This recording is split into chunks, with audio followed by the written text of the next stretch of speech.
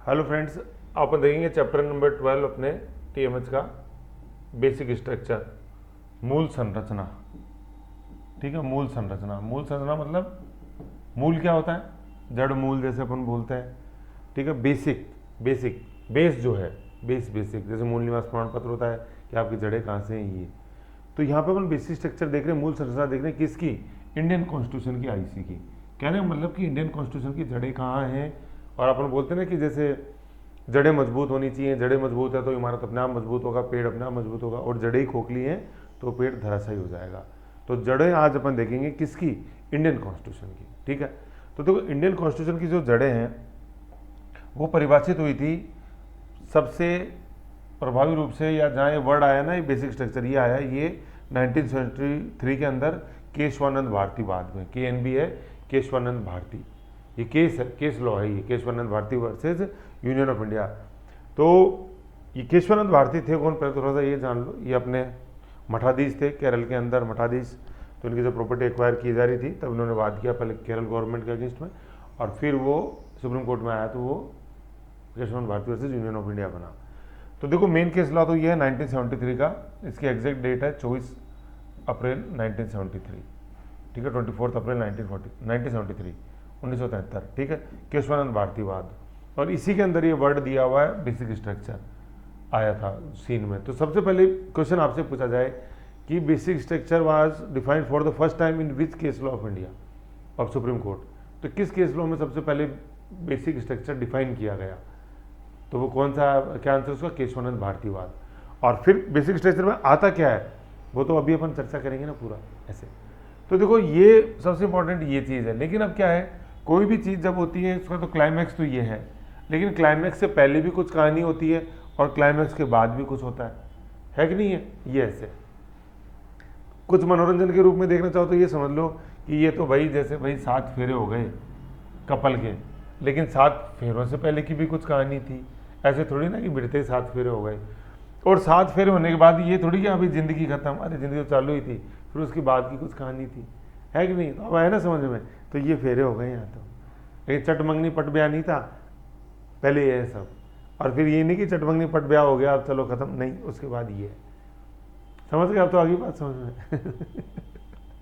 चलो, तो 24 अप्रैल 1973 केशवानंद भारती वाद।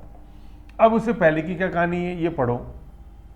तो देखो यहाँ तक आप पहले न पढ़ो, जैसे 1951 में इसकी एक लाइन और खींचनी चाहिए थी। 1951 के अंदर सबसे पहले केस लो आया वो है शंकरी प्रसाद। ठीक है, एक बार समझ लो। फिर 1964 में सज्जन सिंह है ना।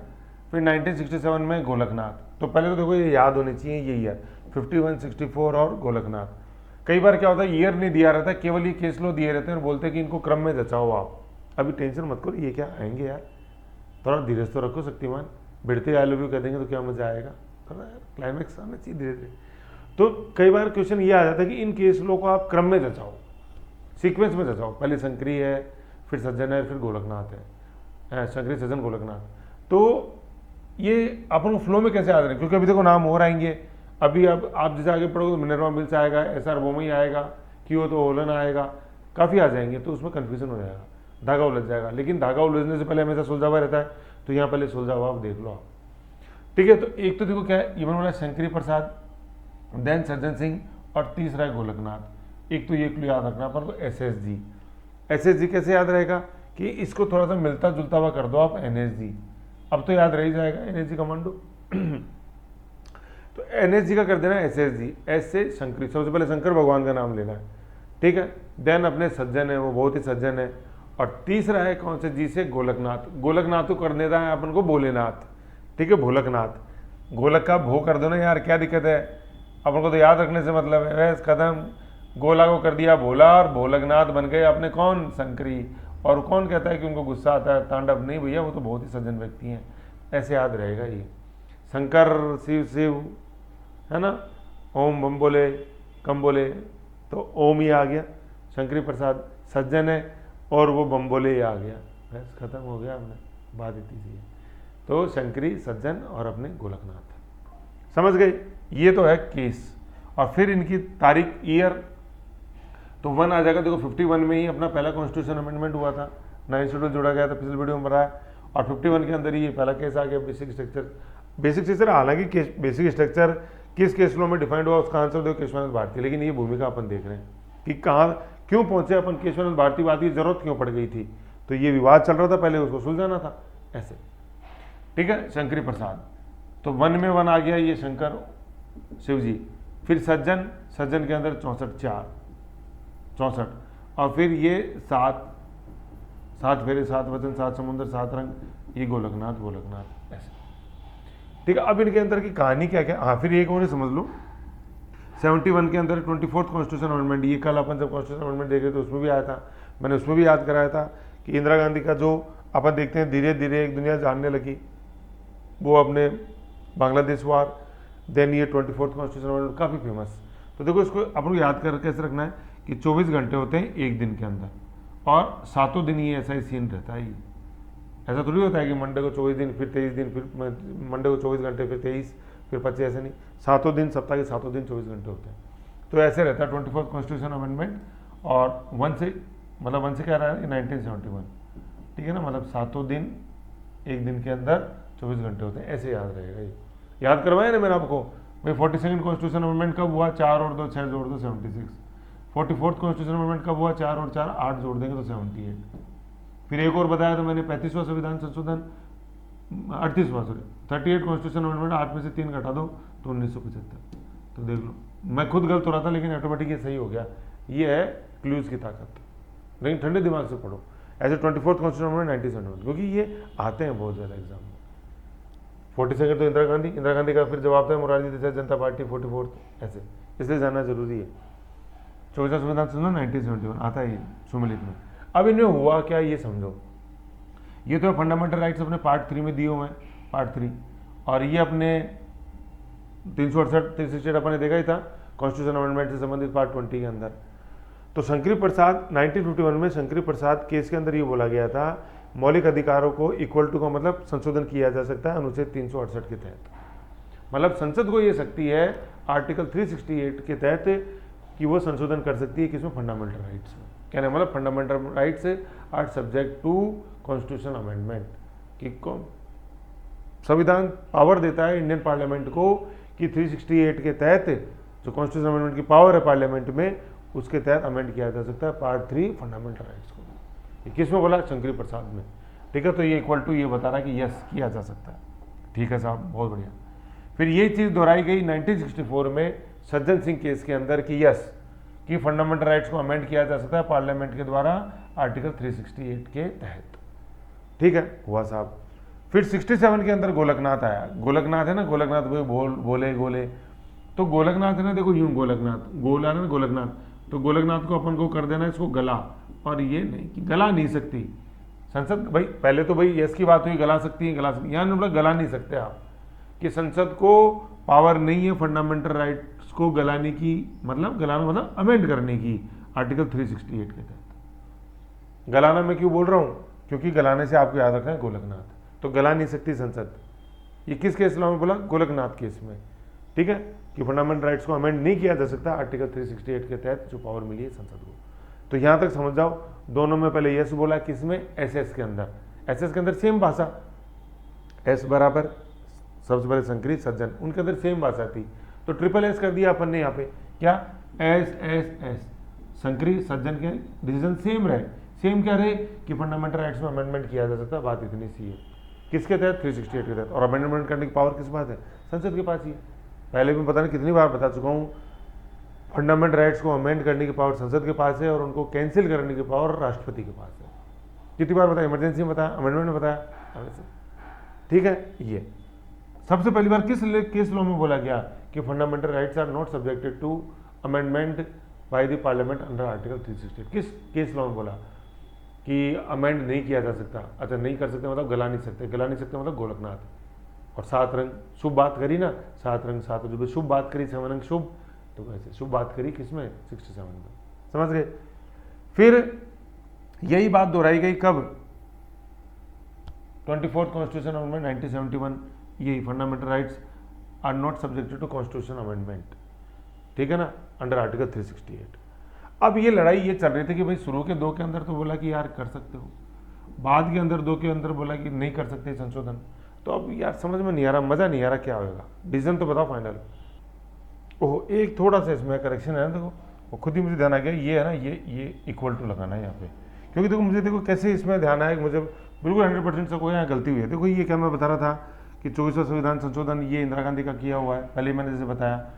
तो इंदिरा गांधी तो हमेशा ही उन्होंने ये चाहा कि भाई मौलिक अधिकार जो हैं वो सीमित हुए, क्योंकि स्टेट को पावर मिले। देखो मौलिक अधिकार क्या है, स्टेट को तो कमज़ोर करते हैं और नागरिकों को सशक्त करते हैं। देखिए क्वेश्चन मैंने आपको बहुत अच्छे से बताया फंडामेंटल राइट्स वाले चैप्टर के अंदर कि फंडामेंटल राइट्स स्टेट को कमज़ोर करते हैं, सिटीजन्स को एम्पावर करते हैं। ठीक है, तो इंदिरा गांधी का हमेशा था कि स्टेट एम्पावर रहे और फंडामेंटल राइट्स करब हों, कमज़ोर हुए। तो इंदिरा गांधी ने 24वें संविधान संशोधन के तहत बोला था कि मौलिक अधिकारों में संशोधन किया जा सकता है अनुच्छेद 368 के तहत, है ना, इसको यस कर देना। अब देखो एक मैं आपको क्लू बताता हूँ कि इसको और बेहतर तरीके से आपको कैसे पढ़ना है। यहाँ पे FR लिख के टिक लगाओ क्योंकि हाँ मौलिक अधिकारों में संशोधन किया जा सकता है शंकरी प्रसाद केस में। सज्जन सिंह में क्या बोला, fundamental right equal to cross, कि नहीं संशोधन नहीं किया जा सकता, सॉरी इसमें भी वो सेम रखी भाषा कि संशोधन किया जा सकता है। फिर अपन आते हैं गोलकनाथ के अंदर केस के अंदर, इसमें बोला गोलकनाथ ने गला नहीं सकते, ठीक है, नहीं गला सकते क्योंकि फंडामेंटल राइट में संशोधन नहीं किया जा सकता। फिर आता है 24वां संविधान संशोधन की यस फंडामेंटल राइट्स के अंदर संशोधन किया जा सकता है। तो देखो कंफ्यूजन की स्थिति बन गई ना, क्या कि शुरू के 2 के अंदर तो सेम डिसीजन था शंकरी और अपने सज्जन सिंह के अंदर कि यहाँ पे संशोधन किया जा सकता है, लेकिन सबसे पहले गोलकनाथ के अंदर बोला गया कि नहीं कि आप इसमें संशोधन नहीं कर सकते, गला नहीं सकते, ठीक है। और फिर उस डिसीजन को वापस पलट दिया अपन ने, किसमें, जब अपने पास केस कॉन्स्टिट्यूशन अमेंडमेंट आया 24वां संविधान संशोधन 1971, इंदिरा गांधी ने बोल दिया कि मौलिक अधिकारों में संशोधन किया जा सकता है आर्टिकल 368 के तहत। तो अभी कन्फ्यूजन की स्थिति बन गई कि यार करेंगे कि नहीं करेंगे, क्या होगा, कर सकते हैं कि नहीं कर सकते।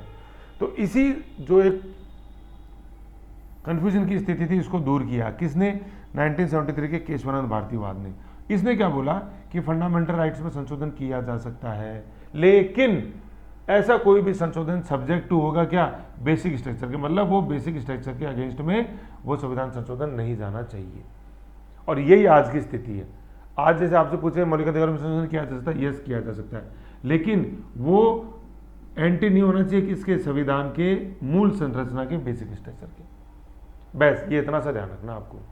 फिर अपन इसके पीछे की कहानी वापस देखें कि सबसे पहले शंकरी प्रसाद 1951 ने बोला मौलिक अधिकारों में संशोधन किया जा सकता है।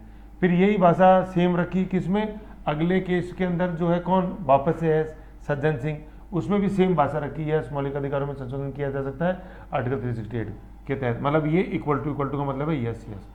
लेकिन सबसे पहली बार ये बोला गया 1967 में कौन से केस के अंदर कि गला नहीं सकते हैं, गला से गोलकनाथ, सबसे पहली बार ये बोला गया कि नहीं इनमें इनको अपन गला नहीं सकते, मतलब संशोधन नहीं किया जा सकता आर्टिकल 368 के तहत संसद के द्वारा, ठीक है। फिर जो बात वापस जो पहले जो चली आ रही थी जिसमें जो सेम रखी गई थी शुरू 2 केसों में, SS में, शंकरी और सज्जन में, वही बात वापस दोहराई गई कि नहीं मौलिक अधिकारों में संशोधन किया जा सकता है ना। ये इक्वल टू एक बार रहना था, इक्वल टू रहना, बस ये टिक टिक लगा दो, टिक टिक से पता चल जाएगा कि हाँ कि मौलिक अधिकारों में संशोधन किया जा सकता है, मौलिक अधिकारों में संशोधन किया जा सकता है, मौलिक अधिकारों में संशोधन नहीं किया जा सकता। कौन सा केस, गोलकनाथ। अब गोलकनाथ ने देखो बिल्कुल अलग बात कही थी, गला नहीं सकते 67, इसलिए गोलकनाथ पूछा जाता है क्वेश्चन, आप जब देखोगे तो, ठीक है। फिर वापस से ये पहले वाली बात, भाई स्वाद लग गया था हमें कि भाई संशोधन किया जा सकता है, तो वापस से वो बात दोहराई गई किसमें, अपने 24th कॉन्स्टिट्यूशन अमेंडमेंट में, ठीक है। अब ये आ रहा था कंफ्यूजन बन रहा था, दो ने तो बोला यस, फिर 24 संविधान संशोधन ने बोल दिया यस, बस बीच में बेचारा गोलकनाथ बोलने आया था 67 में कि नहीं गला सकते। अब फाइनल डिसीजन दिया केशवानंद भारतीवाद ने, ठीक है। ये गोलकनाथ भी आप जैसे देखना, हेनरी गोलकनाथ थे कौन, ये पंजाब के लैंडलॉर्ड्स थे, और जब वो भूमि एक्वायर हो रही थी इनकी, जब अपने रोड्स बनने, नेशनल हाईवे प्रोजेक्ट्स बनने, भाखड़ा नगर डैम का जब आया डूब क्षेत्र में और बाढ़ क्षेत्र में, भाव क्षेत्र में, तब ये हेनरी गोलकनाथ। और केशवानंद भारती मठाधीश केरल में, हेनरी गोलकनाथ मतलब भूमिपति बड़े पंजाब के, हेनरी गोलकनाथ नाम ही देखो ऐसे, ठीक है। और केशवानंद भारती ये मठाधीश मतलब मठ के अध्यक्ष थे अपने केरल के अंदर, ऐसा नहीं कि ये जज थे या एडवोकेट थे जिन्होंने केस लड़ा, ठीक है। तो केशवानंद भारती ने बताया। अब केशवानंद भारती केस के बाद जो आगे की कहानी है जिसमें ये चीज़ दोहराई गई बार बार, वो सबसे पहले अपन देखते हैं कि इंदिरा गांधी केस 1975, तो इंदिरा गांधी केस ये वही है जो इलाहाबाद हाईकोर्ट में लगा, ये सारा वही है, राजनारायण। ठीक है, इसमें वापस ही रिपीट दोहराएगी कि हाँ मौलिक अधिकारों में संशोधन कर सकती है और संसद, बशर्ते बेसिक स्ट्रक्चर के अगेंस्ट में नहीं जाने चाहिए।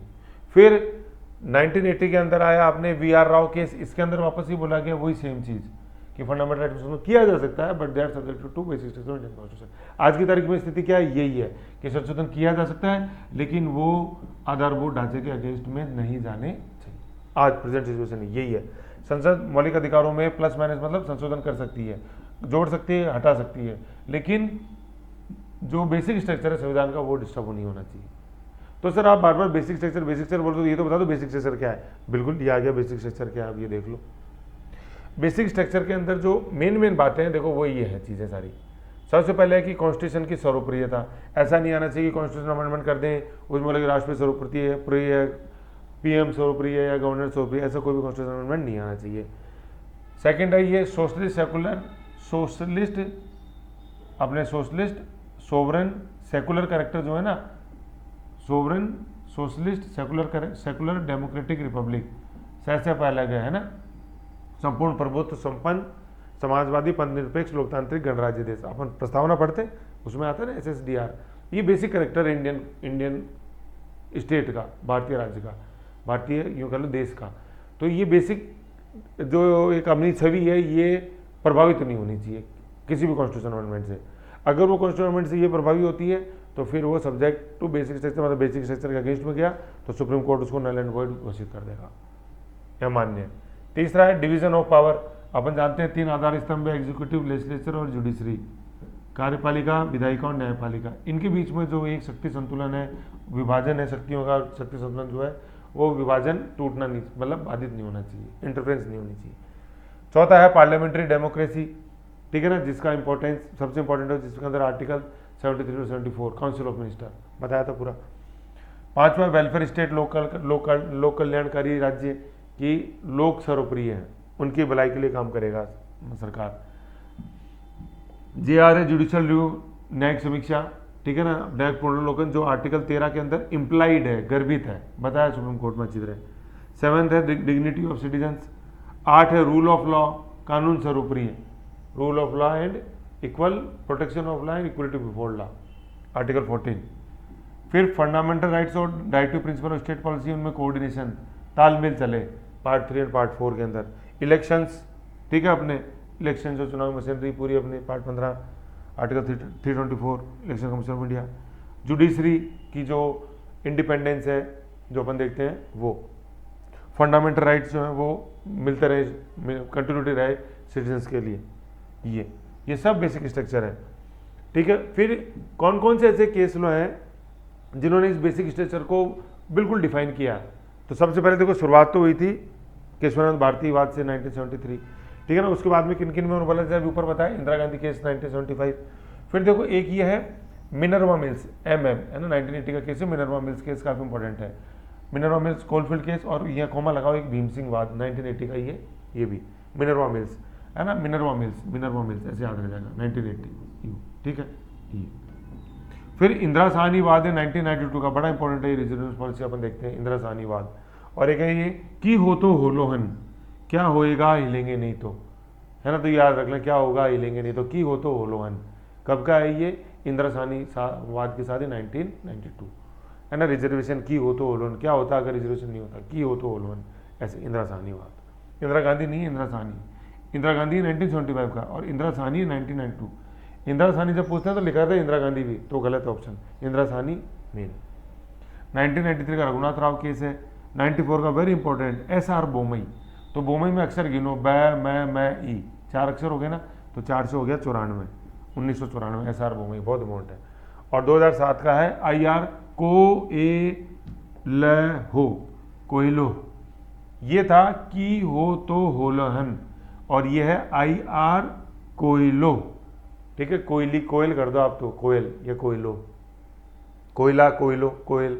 और ये है क्या होता अगर हिलते नहीं तो, की हो तो होलोहन, की हो तो, है ना, मतलब ही हो तो आता है रील्स में, ही हो तो ही की हो तो होलोहन, और ये है कोयलो, ठीक है, 2007। इन सब के अंदर ये जो केशवानंद भारतीवाद का जो वर्डिक्ट था, सुप्रीम कोर्ट ने फैसला दिया केशवानंद भारतीवाद में, ये सब इसके अंदर रिपीट हुए ऐसे। तो ऐसे अपन को बताना है ये। तो पहले की कहानी अपन को याद रखनी है SS जी से, ऐसे संकरी, ऐसे सज्जन, उन दोनों में सेम रहा, किया जा सकता है। सबसे पहली बार बोला गया गला नहीं सकते, किस में, अपने गोलकनाथ के अंदर 1967 के अंदर गला नहीं सकते। लेकिन फिर वापस से वो चस्का लगा होता, नहीं कर सकते हैं, हम तो कर सकते हैं।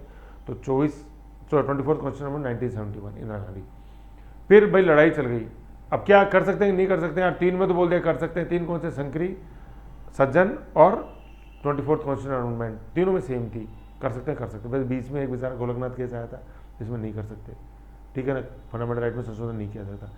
कन्फ्यूजन हो गया, कन्फ्यूजन को दूर किया 1973 में केशवानंद भारतीवाद ने, ठीक है, कि किया जा सकता है मौलिक अधिकारों में संशोधन आर्टिकल 368 के तहत, but these constitution amendment are subject to basic structure of Indian constitution. बस खत्म। और वही फिर दोहराई जा रही है चीज़। कब कब दोहराई, 73 में आ गया, 2 साल बाद इंदिरा गांधी बाद में 1975। देन उसके बाद अपन देखते हैं 1992 के 1980 मिनरवा मिल्स केस है ना, MM, ठीक है, MM ध्यान रखिएगा मेरा बढ़ती है 1980 मिनरवा मिल्स केस। फिर 92 के अंदर अपन देखते हैं इंदिरा साहनी वाद और अपने इंदिरा साहनी वाद और कियोतो ओलवन के अंदर, ऊपर ही मैंने बताया था। फिर अपन जैसे देखते हैं कि लास्ट में अपन आया IR कोलोहे 2007 के अंदर ऐसे, और सॉरी 20 के अंदर 1994 के अंदर SR भूमि केस। तो देखो 3 तो अपन ने ऊपर देखे, शंकरी प्रसाद, सज्जन सिंह और अपने 24th कॉन्स्टिट्यूशन, शंकरी प्रसाद, सज्जन सिंह और गोलकनाथ और 24th कॉन्स्टिट्यूशन ऊपर हो गए। फिर उसके बाद के जो इंपॉर्टेंट ध्यान रखने हैं, सबसे इंपॉर्टेंट तो है देखो ये इंदिरा गांधी, मिनरवा मिल्स और SR भूमि, ठीक है, ये ध्यान रखने हैं। और 2 जो कंपेटिवली लेस इंपॉर्टेंट के नाम पूछते हैं वो कियोतो ओलवन और कोयलो। और वैसे अगर आप पूरा डिसीज देखना चाहो ना तो देखो मैं आपको बता देता हूँ। एक तो नाम देखो ये आएगा इंदिरा गांधी, मिनरवा मिल्स, इंदिरा साहनी और SR भूमि, ये 4 नाम तो हैं बड़े बड़े, Indira Gandhi, Minerva mills, SR भूमि और अपने देखो इंदिरा गांधी और मिनरवा मिल्स। और फिर नीचे याद रख सकते हैं अपन इंदिरा साहनी और अपने SR भूमि। भाई इंदिरा गांधी के साथ तो है M क्या, मिनरवा मिल्स, फिर इंदिरा गांधी के साथ तो है M मिनरवा मिल्स, और इंदिरा साहनी के साथ है SR भूमि, और 2 छोटे छोटे अपने कियोतो ओलवन और कोयलो। तो ऐसे ये 6 नाम है केशवानंद भारती के बाद। इंदिरा गांधी और मिनरवा मिल्स एक हो गए, साल अलग अलग, इंदिरा गांधी 75 और मिनरवा मिल्स 1980। फिर एक है इंदिरा गांधी और मिनरवा मिल्स तो एक हो गए 75 और 80। फिर एक क्लबिंग है अपने इंदिरा साहनी और SR Bhumi, Indira Sawhney is 1992 and SR Bhumi is 1994, ठीक है। और 2 और फिर छोटे छोटे अपने ऐसा कियोतो ओलवन इंदिरा साहनी के साथ है ना, इंदिरा साहनी कियोतो, क्या हो गया अगर मैंने नाम सेम रख लिया इंदिरा गांधी जैसा ही, तो गांधी की जगह साहनी कर दिया, ठीक है 92। और अपने IA ओलवन वो अपने 2007 का ऐसा, और SR भूमि 94 का, ठीक है। तो ऐसे करके देखो केस लॉ ध्यान रखने हैं क्योंकि इनके मैचिंग के क्वेश्चन आते हैं, केस लॉ को मिलाओ। और 2 सबसे पहले शुरुआत कहानी हुई 1951 में शंकरी प्रसाद, ठीक है। देन 5 के अंदर अपने सज्जन सिंह, दोनों के अंदर सेम रखी गई। गोलकनाथ के अंदर चेंज कर दी गई 67 में कि नहीं कर सकते चेंज, लेकिन चस्का लग गया था, कर सकते हैं 24 1971 ऐसे।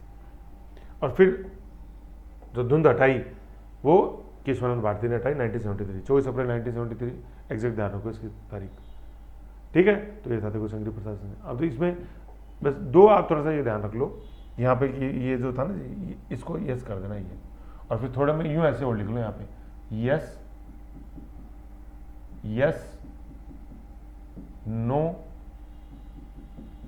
यस, और फिर क्या है यस नो, यस नो क्या, subject to basic structure, yes no, ऐसे ध्यान रखो इसको। वर्तमान स्थिति यस कर सकते हैं but subject to basic structure, yes ये सेम है बेसिक स्ट्रक्चर, ये दोनों सेम है, और ये चस्का लग गया था तो वापस सेम किया। बस बीच में 1 मार्क अपवाद आता है क्या, गोलकनाथ 1967, इसलिए गोलकनाथ ही ज़्यादा क्वेश्चन मिलेंगे आपको कि किस बात में बोला गया था। क्वेश्चन देखो ना, गणना चक्र में अपना पता लगे आपको। तो इस तरह से देखो इनके क्वेश्चंस देखो, चैप्टर शॉर्ट एंड स्वीट था, पूरी कोशिश की ये रखने की, वापस से रिवीजन करो एक बार तसल्ली से, इस फॉर्मेट को याद रखो बस, तो अपना भी याद रहेगा आपको, समझ गए। ऐसे देखो मेरी भी जैसे शीट थी, देखो मैं आपको दिखाऊँ, इसमें मैं भी जब रिवीजन करता देखो बिल्कुल भी ऐसे शॉर्ट में लिखे हुए ये ऐसे वाले जो इस तरह का बिल्कुल शॉर्ट के अंदर ही है। शंकरी प्रसाद यस, गोलकनाथ नहीं, बीच में सज्जन सिंह में लिखना भूल गया था मेरे नोट्स में उस समय, कि 1951 के बाद 1965 देखे अपन कि यहाँ सज्जन सिंह ओल्ड लिखा जाएगा, उसमें यस आएगा। गोलकनाथ में नहीं, देखो हेनरी विलियम गोलकनाथ लिखा हुआ, फिर 24 के अंदर यस, फिर केशवानंद भारती में यस नो, है ना। तो ऐसे ये शीट मैंने आपको कई बार दिखाई है और अभी अपन देखेंगे, इस पर चर्चा करेंगे। यूँ तो ये मेरे माइक्रो थे पूरे, मतलब पीपीआर जब करते थे एग्जाम से पहले, समझ गए। तो मैंने तो देखो, मैंने जो खुद पढ़ा हुआ उससे भी बहुत बेहतर तरीके से मैं तो मतलब आप लोगों की सेवा के अंदर पूरी मेरी कोशिश रहती है। अब कितना खरा उतरता हूँ ये तो आप ही बताओगे। चलो खैर कोई नहीं, क्वेश्चंस देखो, ठीक है ना, घटाचक्र देखते रहो, फिर वापस वीडियो देखो, फिर क्वेश्चंस देखते रहो, उससे इंप्रूवमेंट होगा। तो ये एक सिंगल वीडियो ही था अपने बेसिक स्ट्रक्चर वाले चैप्टर का, चैप्टर नंबर 12 का, ठीक है। ऐसे आप इसका आनंद लो। फिर अपन नेक्स्ट में मिलते हैं नेक्स्ट वीडियो के साथ। ओके।